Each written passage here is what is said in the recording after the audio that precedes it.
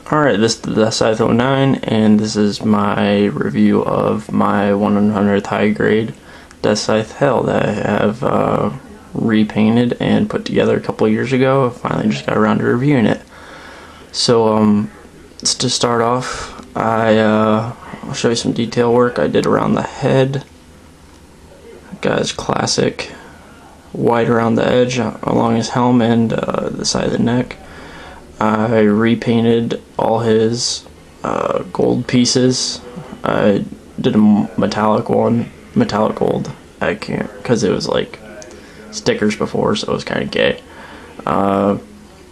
After just looking at it a couple minutes ago, I realized how bad of a paint job I did on this a couple years ago and how much my skills have improved since then. So I probably will be repainting all my Gundams from Gundam Wing here within the next couple weeks if I don't get any models. So for articulation, I really like this Gundam because obviously it's an awesome Gundam. The wings fold down and then back up, and I think that's pretty cool.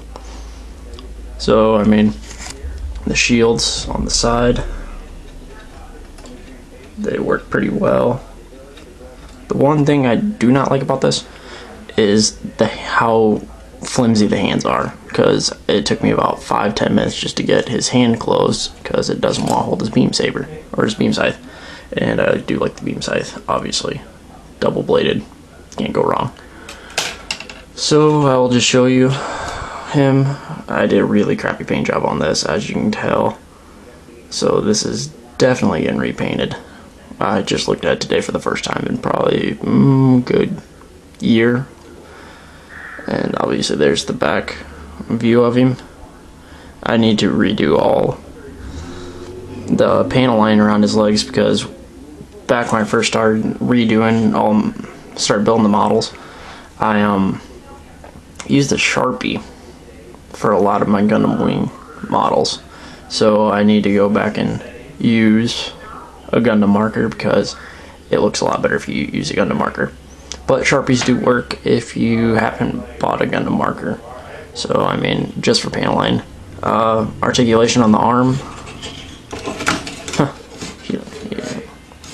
goes past 90 degrees, so that's kind of good. Posability.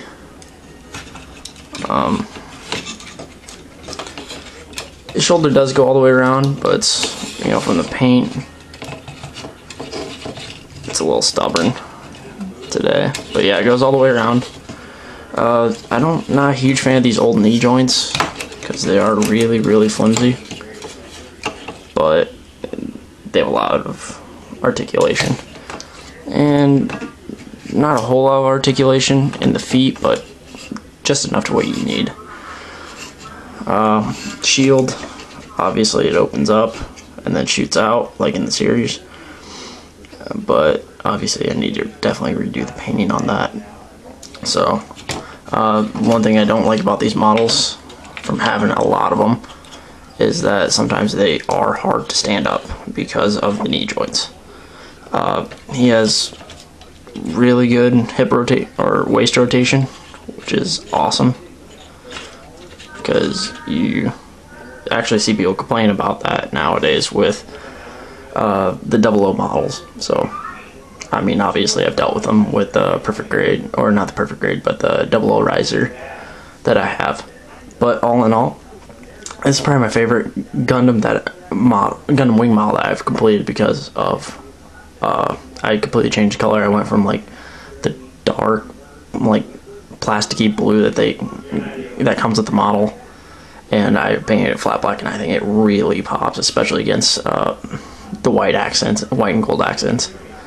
But well, yep, that's my review of the Deathscythe Hell 1/100th model. Thanks, guys.